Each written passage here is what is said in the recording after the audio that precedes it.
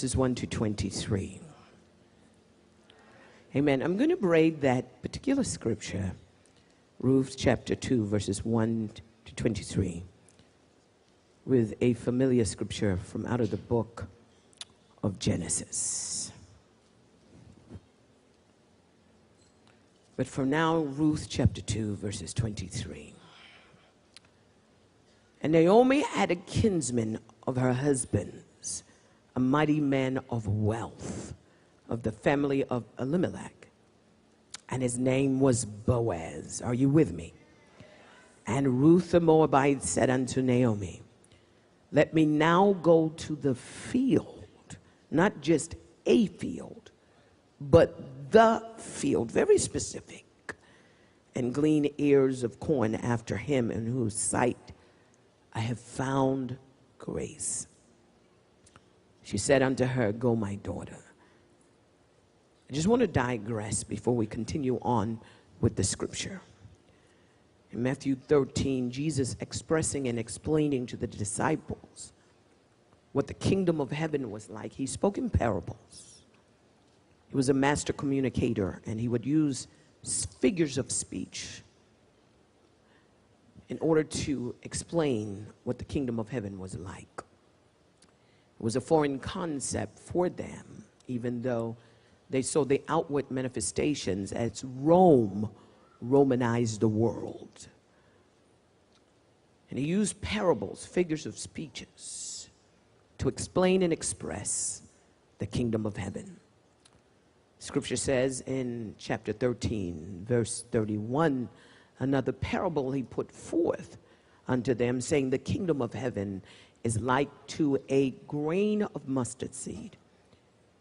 We talk about mustard seed faith, which a man took and sowed in his field, which indeed is at least among seeds.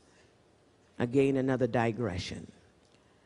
The mustard seed is the only seed that cannot be spliced genetically to create a hybrid.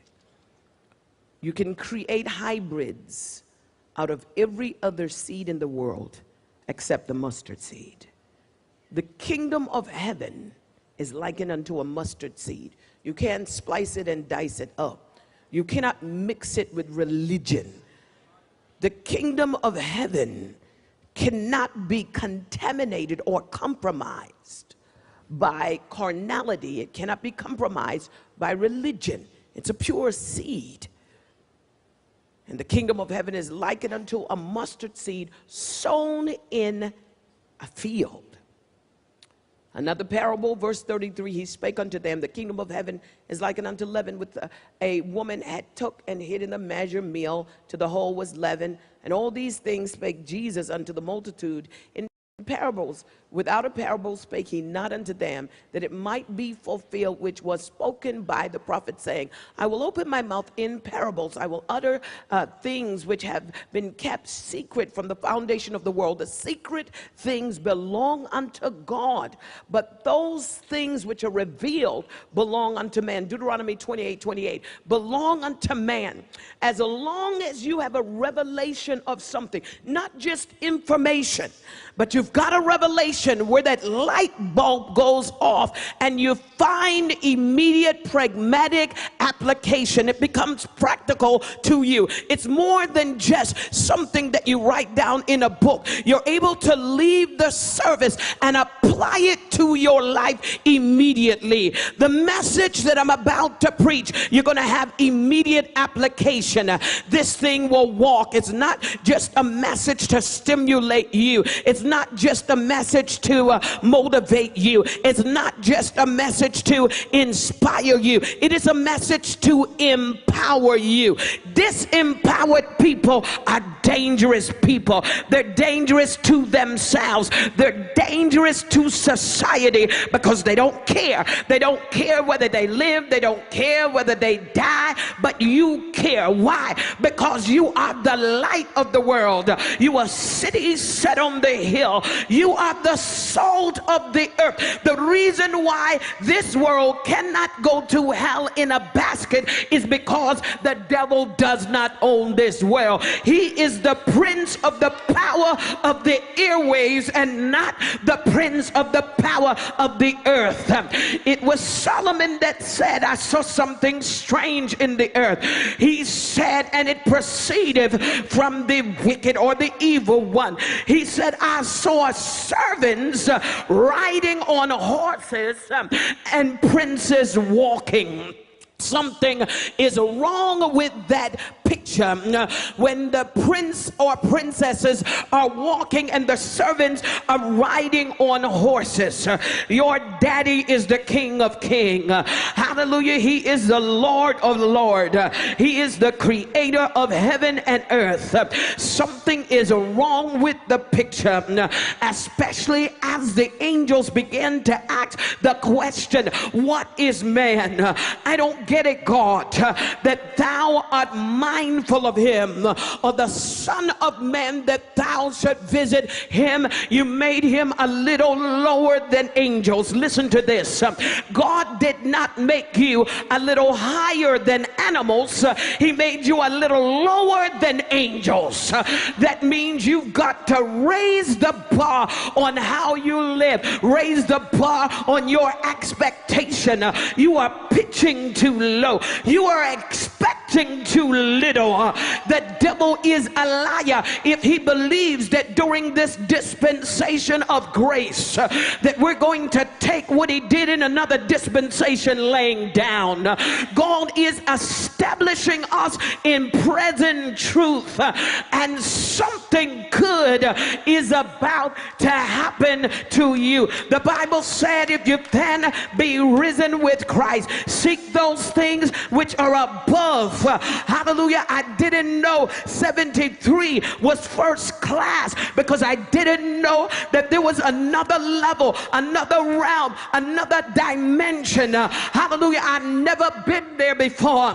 Therefore, I was restricted in my ability, hallelujah, to think at a higher level. And I could not think at a higher level until I climbed to a higher level. I decree and declare you are getting ready to climb the ladder of success. Success belongs to you. Prosperity belongs to you. God wants you to prosper. I wish above all things that thou mayst prosper and be in good health, even as your soul prospers. To the degree you are able to allow the word of God to sink into the deepest recesses of your soul is the degree to which you will succeed and to which you will prosper. God said to Joshua, if you want success, if you want prosperity, meditate on my word day and night. Therein you will make your way, hallelujah, prosperous and have good success. Can I just prophesy for a moment? I prophesy that you are going to have prosperity. I decree and declare that you are going to be successful. And that Jesus teaching the disciples, I believe he wanted them to prosper. I believe he wanted them to succeed. The Bible said the disciples came to Jesus and said, declare unto us the parable of the tear of the field. And he answered and said unto them, he that soweth good seed is the Son of Man. The field is the world. Watch this. The field is the world. The good seed are the children of the kingdom. How many children of the kingdom are here today? The field is the world and the children of the kingdom. And this is very important for you to understand. Going back to Ruth chapter 2, and Ruth said, hallelujah, to Naomi, let me now go to the field. God was sowing her into the field. Hallelujah. If God is not afraid to sow you in a field, you should not be afraid to prosper prosper in that field. You should not be afraid to succeed in that field. Why? Because the earth is the Lord's, and the fullness thereof, and the world and they that dwell therein. Verse number 3, and she went and claimed and gleaned in the field after the reapers, and her hap was to light on a part of the field belonging unto Boaz. Hallelujah. God has a zip code, hallelujah, that is going to be like a vortex, and that zip code is going to draw you into a particular place. And when you get into that zip code, heaven and earth will begin to conspire to bring you the resources that you need. You are going to be a magnet for favor. You are going to be a magnet for wealth. You got to believe me when I tell you, I haven't come to play games with your mind. I haven't come to placate you. I haven't come to move through the serendipities of the English language with oratorical finesse to mess with your mind. I'm coming as a servant of God, as a catalyst of the Holy Ghost, hallelujah, to turn, hallelujah, the spigot open in your life, hallelujah, to push you into destiny, to activate purpose. I come to let you know that you're in the right place at the right time with the right people doing the right thing. The Bible said it was just her chance. The word hap means chance. Hallelujah. Don't think for one moment I'm getting chance mixed up, hallelujah, with blessings or destiny. When the Bible talks about chance, he's not talking about a coincidence. He's talking about a sovereign move of God. It was Solomon that said, time and chance is given to each one of us. When he speaks of chance, he's speaking about a destiny moment, a moment in history, a moment in a generation, hallelujah, that your life changes, and it changes it for the best. When heaven takes you off of one path and he places you in another path, hallelujah. And so it is. God was taking Ruth from off of one path onto another path, and it would be in this path that she would make a decision. Listen to me carefully. God is the one that determines your purpose, but you are the one that decides your destiny. Your destiny is attached to your decision making. This is why God said, choose you this day whom you are going to serve. It was Moses that challenged us when he said, I present to you some options, life or death, blessing or cursing. And then he said, if I were you, I would choose a life. Life doesn't happen to you. Life doesn't happen to you. You happen to life. Your occurrences that happen tomorrow is predicated on what decisions you make today. And your destiny is decision oriented. God has made the earth realm a decision-making realm. He does not have you on a string. He made you a free moral agent. Every single morning you wake up to a world of unlimited possibilities and potentialities, and the decisions that you make alters your future. That's why it is important that when you pray, you don't just just go into your secret closet and spend all your time flapping your lips, telling God what you want and what you don't want. You got to spend some time pressing your ear to the lips of God. God wants to download strategies. God wants to give you solutions to problems. God wants to give you prophetic heads up concerning things to come. Isn't that why the Holy Spirit is given to us? The Holy Spirit is a prophetic spirit. He will show you things to come.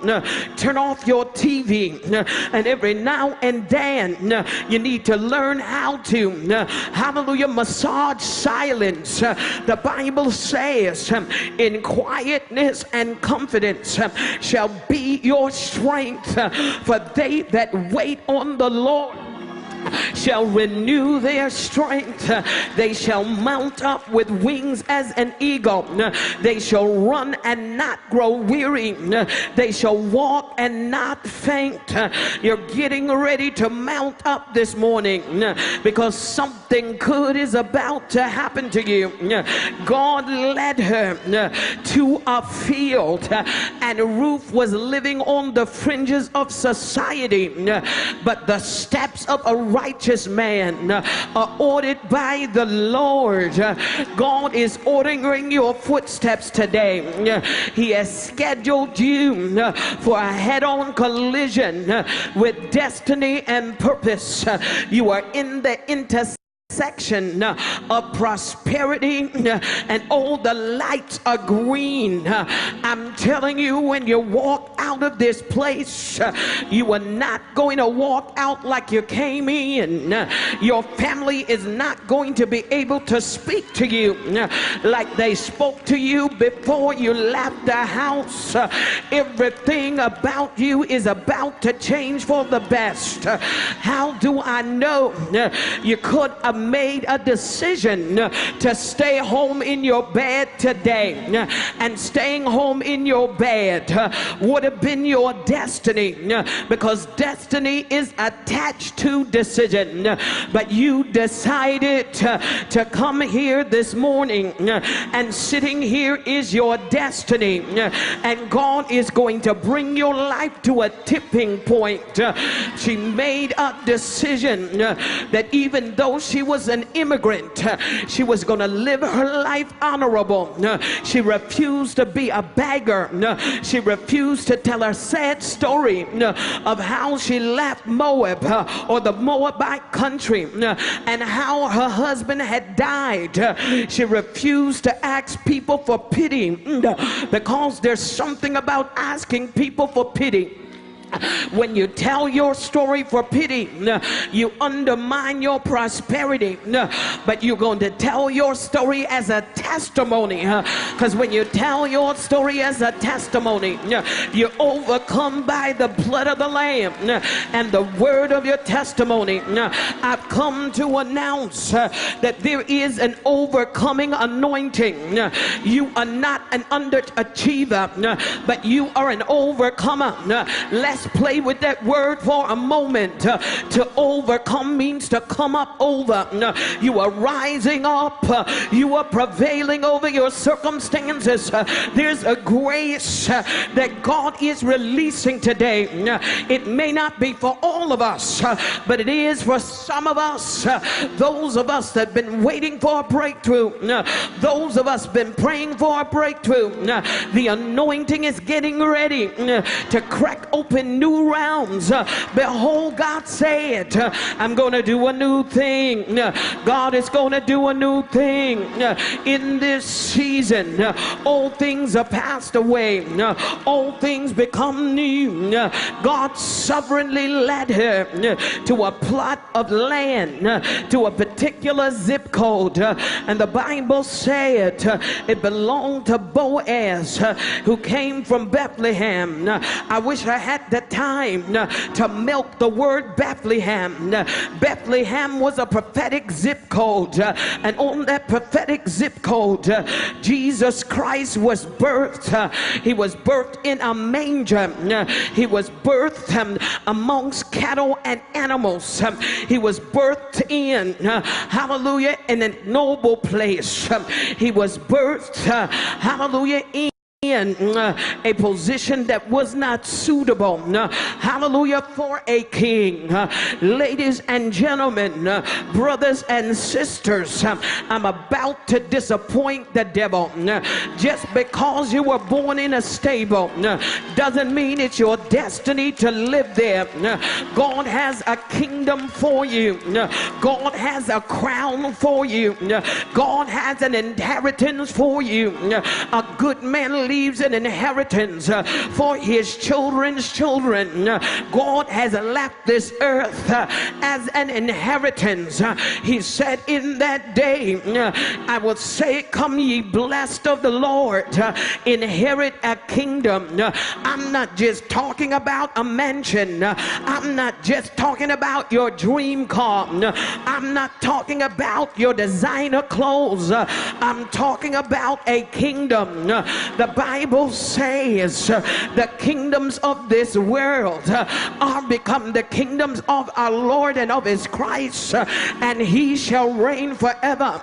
Permit me to digress one more time. The kingdom of heaven is not without.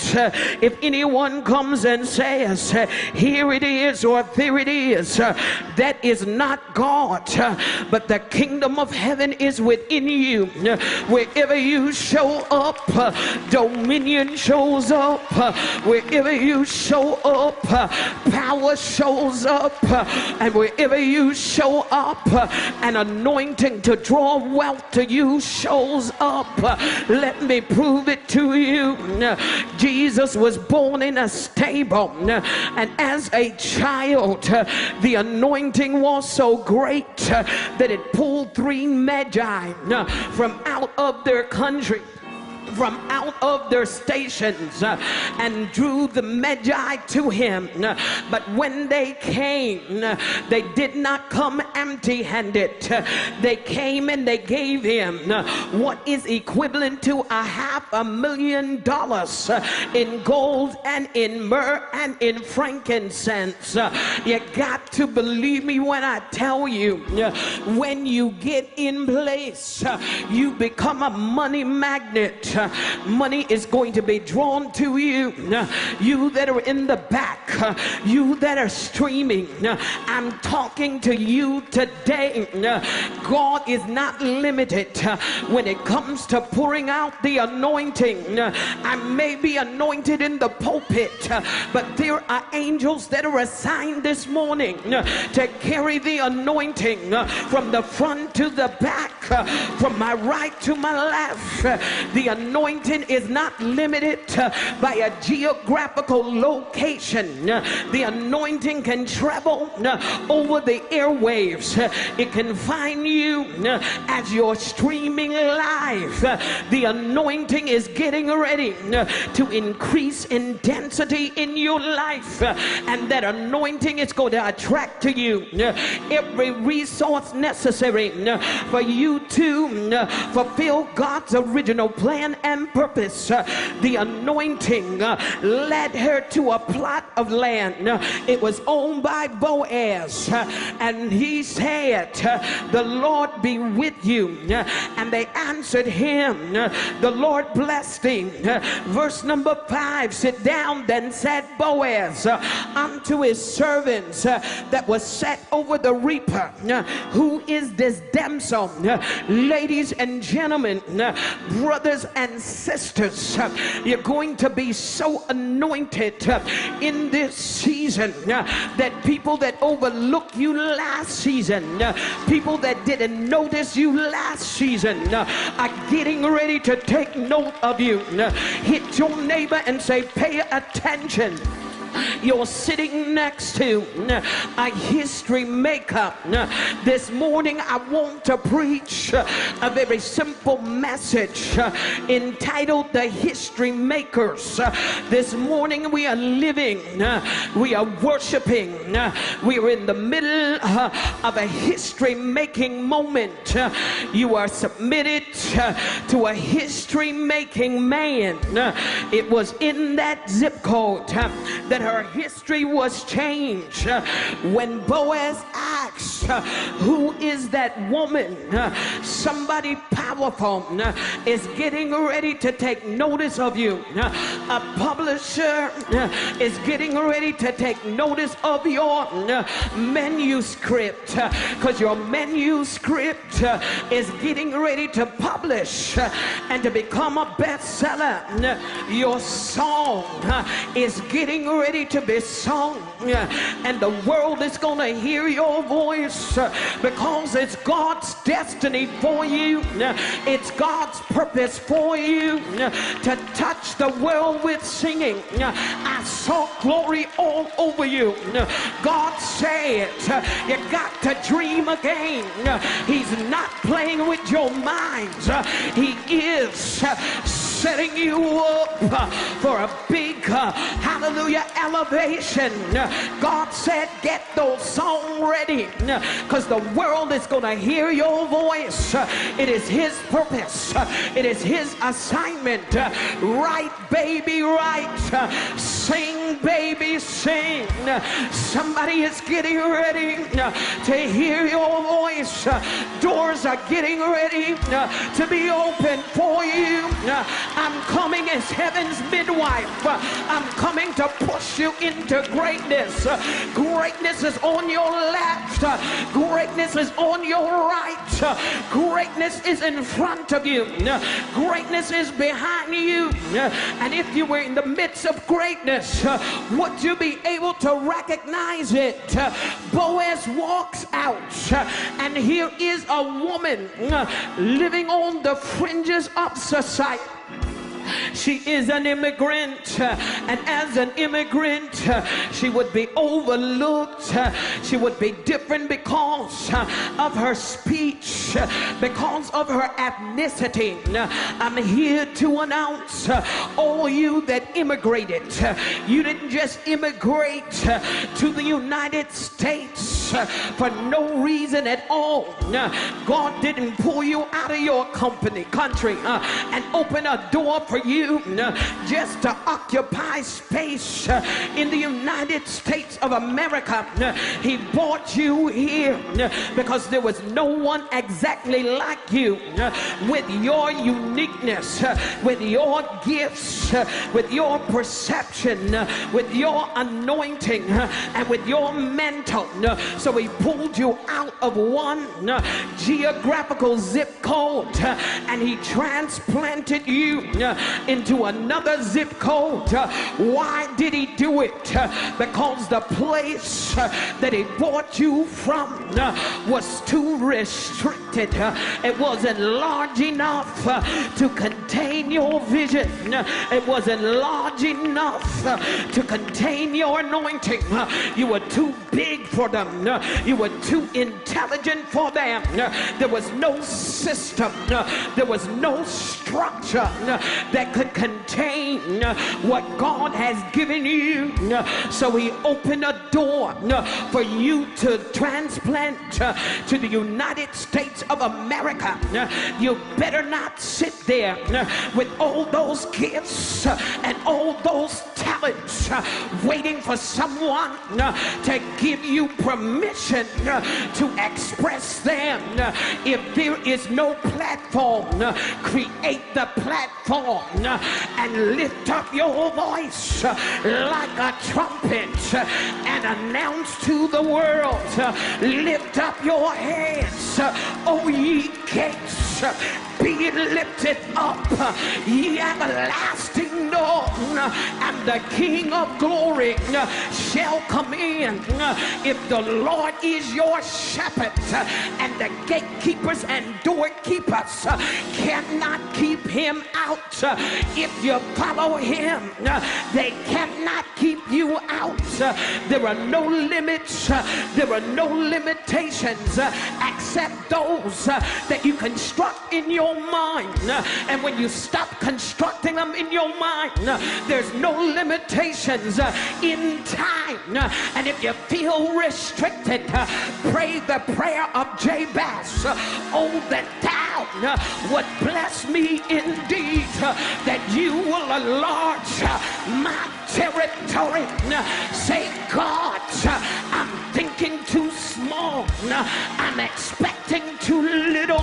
I decree and declare you are breaking through, and if the door is not open, and if the round is overcrowded, it simply means you're pitching too low. I decree and declare God is delivering you from the clutter of the comet.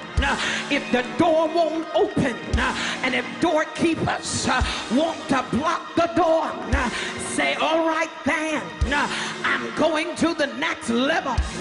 It's time to rip some roofs off. Your faith will take you to the next level. I decree and declare, by faith, you're going to the next level. You're raising your bar on your own expectation. Expect more. Get more. The Bible says that God created the right elements for Boaz to collide with Ruth, and the Bible said that they spoke well of her. They said of her that she's a woman that knows how to work. And Boaz said to Ruth, go not into a glean in another field, neither go hence, but abide here fast by my maidens, and let thy eyes be on thy field. There is a field that God is getting ready to cause you to be promoted in. You are no longer going to be the tail. You're going to be the head. You are no longer being last. You are going to be first. Turn to your neighbor. Say, I may be last now, but God is now serving from the back of the line. God is going to flip your script. This is your day for rising up. The Bible said she was so excited that she fell on her face. She bowed herself. That's that word shakah. It means to acknowledge the greatness in another person. She was gifted, but living on the fringes of society. She was gifted, but living on the bottom. She was gifted, but living in the back. But here's what God said: your gift will make room for you. I come to announce God has a place for you. God has a space for you. God has a race for you. God has a pace for you. And God has a grace for you. She said, if I have found grace in thine eyes, let me stop here.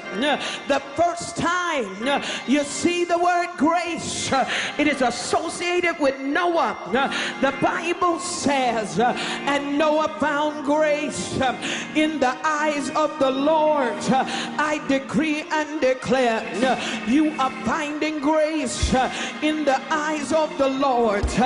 What is grace? To me, grace is heaven's commodity in this dispensation.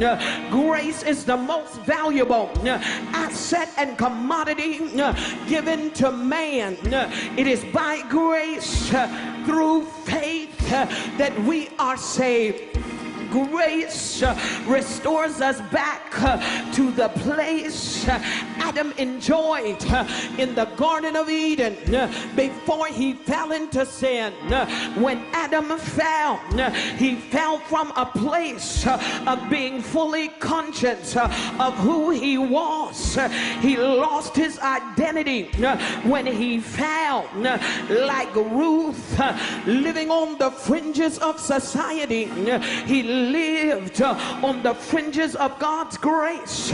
Prior to the fall, he did not need grace because he lived in the realm God designed and designated him to live in. You were not designed to live in this realm. You were designed to live in the realm of dominion. What is man that thou art mindful of him, or the Son of Man that thou should visit him? You made him a little lower than angels. You crowned him with glory. You gave him dominion over the work of your hands. You made man to live in the realm of dominion. Prior to the fall, he did not need grace because he lived in the realm that he was designed and designated to live in. But when Adam fell, he suffered from spiritual amnesia. Generation after generation, we have lost what it truly means to be human. We now being human as being flawed. But during this dispensation of grace, God is about to take you from being flawed to being fabulous. Oh yes, I said it. The anointing makes you a fantastic, fabulous individual. Adam suffered from an eating disorder. The world began to consume the carnal candy and lost their spiritual nutrition. They suffered from an appetite deficit. They no longer wanted the meat and milk of God's word. When Adam fell, he took humanity into identity crisis until in this generation we're satisfied with carnal candy.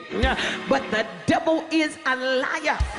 God wants you to be nourished spiritually by the milk and the meat of his words. Humanity was in dire straits and they began to cry. There is still a cry from the hearts of man. What men don't realize, we are not craving another car. We are not craving another piece of jewelry. We are not craving degrees. We are not craving money. What we're crying out for is to be restored back to the place that Adam fell from. God is not trying to restore us back to heaven because we did not fall from heaven. He's trying to restore us back to the realm of dominion. You got to understand, dominion is a literal spiritual place. It is a realm that you live in out of your mind. All of us are crying vehemently, echoing Paul when he said, the good that I would not do, but the good that I would, I do not, and the evil which I would not, that I do. Now if I do that which I would not, it is no longer me, but it's the sin that dwelleth in me. Let me correct this once and for all. You are not sinning because of your human nature. Your human nature was created after the image and after the likeness of God. You are sinning because of your fallen nature, and God wants once and for all the old man to be crucified. Paul cried out, who shall deliver me from the body of this death? But I thank God through Jesus Christ our Lord.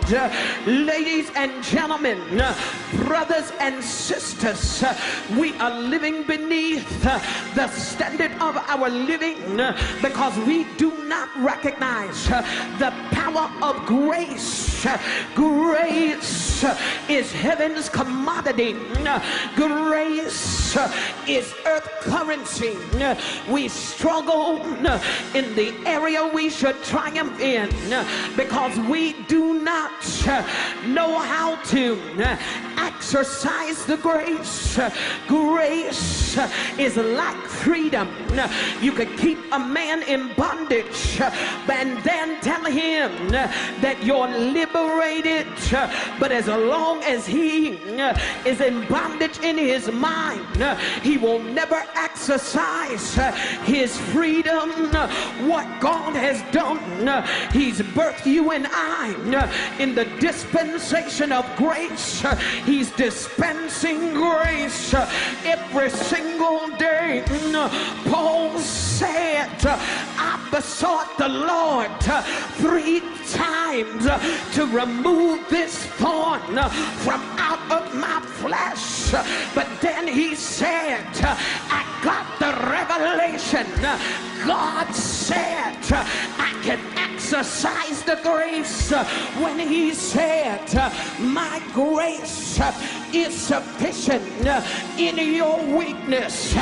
My strength is made perfect. I decree and declare grace over every area that you're struggling in. I pronounce grace over your finances, grace over your body, grace over your mind, grace over your marriage, grace wherever you are.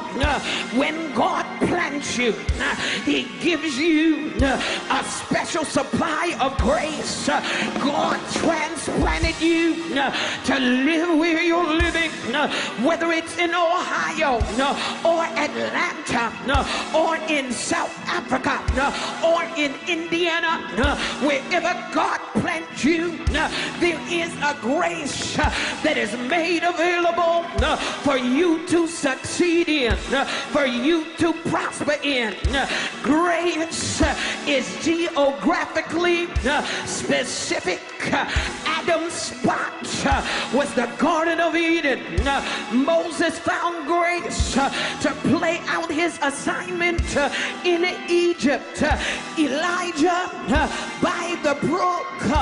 John the Revelator, he was beaten and left for dead, but he exercised the grace when he wrote the book of Revelation. Daniel exercised the grace when they threw him in the lion's den, and the lions didn't consume him, and when he came out leading the pack. I decree when God delivers you by grace, you're going to lead the pack. Grace is given to us for grace. Are you saved through faith, and that not of yourself? When Adam fell, he fell into a realm where he struggled. He fell into a realm that he was not, hallelujah, wired to live in. When Adam fell, he lost lost his psychological congruency. And I'm almost there. I'm getting ready to land the baby. So this is a good time to begin to praise the Lord. God found out that Adam, when he fell, he lost his psychological congruency. He lost his personal individuality. He lost his uniqueness. He lost his true identity. He lost his intellectual genius. He lost his spiritual connectivity. When Adam fell, he fell into a realm, hallelujah, that he was not wired to live in.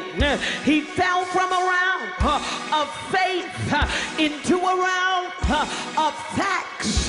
He fell from a realm of inspiration into a realm of information. He fell from a realm of creativity into a realm of consumerism. He fell from a realm of living in the spirit into a realm of walking in the flesh. When Adam fell, the landlord became the renter, the entrepreneur became the employee, the leader became the follower, the victor became the victor, the benefactor became the beggar, the lender became the borrower, the co-creator became the consumer, the leader became the follower, the first became the last, the overcomer became an underachiever. Everything else that God had created followed their assignment. The tree followed its assignment. The moon followed its assignment. Animals followed their assignment. And the only created being that did not follow its assignment was human beings. But thank God, when Jesus came, he came full of grace and truth. When Adam fell, he sowed a sin of virus in the operating system of humanity. But when Jesus came, he reset it by grace. Grace is given to you today. Grace is a covenant. Grace is enabling power. And today I decree by the grace of God that God is dispensing grace to you and I. Grace will deliver you from social impediments. Grace will deliver you from cultural conditioning. Grace will deliver you from addictions, from learned behavior, from financial hardship, from victimization, from marginalization. You no longer will be held as a prisoner of war. I decree and declare grace will find your children. Grace will deliver your sons from prison, your daughters from addiction, your parents from disease. Grace, I decree that you will understand that you live in a dispensation of grace. Noah had to find grace. Ruth had to find grace. But in this dispensation, grace abounds. Grace is made available to you and I upon demand. Grace reverses what Adam lost in the garden. By grace, the renter will be a landlord. By grace, the employee will be an entrepreneur. By grace, the follower will lead. By grace, the victim will be a victor. By grace, the beggar will be a benefactor. By grace, the consumer will be an innovator. By grace, the tail will be the head. The last will be first. The overcome will be an overachiever. The hunted will hunt. By grace, today God sent me to remind you that you are living in the dispensation of grace, and where grace abounds, you will have miracles, but most importantly, where sin abounds, grace much more abound. Mercy, there was great, and grace was free. Pardon, there was multiplied to me at Calvary. Calvary was the place that heaven toward time and divided time between AD and BC and brought us from the dispensation of law into the dispensation of grace. Grace will allow you to do what God has commissioned you to do. By grace, you're going to the next level. Your finances are going to the next level. Your ministry is going to the next level. Your marriage is going to the next level. Your life, your mind, your children are going to the next level because of grace.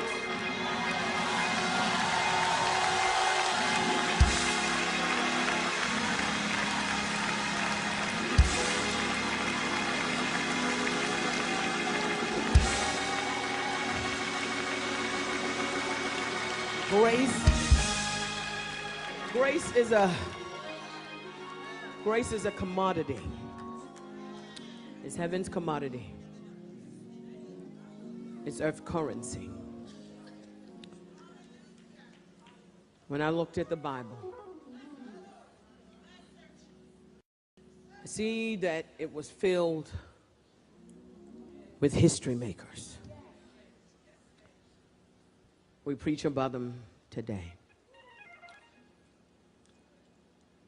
Although Ruth and what she accomplished is not too much talked about in the Old Testament, when you get to the New Testament and you read the genealogies of Christ, you would not have Jesus' dossier without mentioning Ruth. Man cannot count you out when grace has counted you in.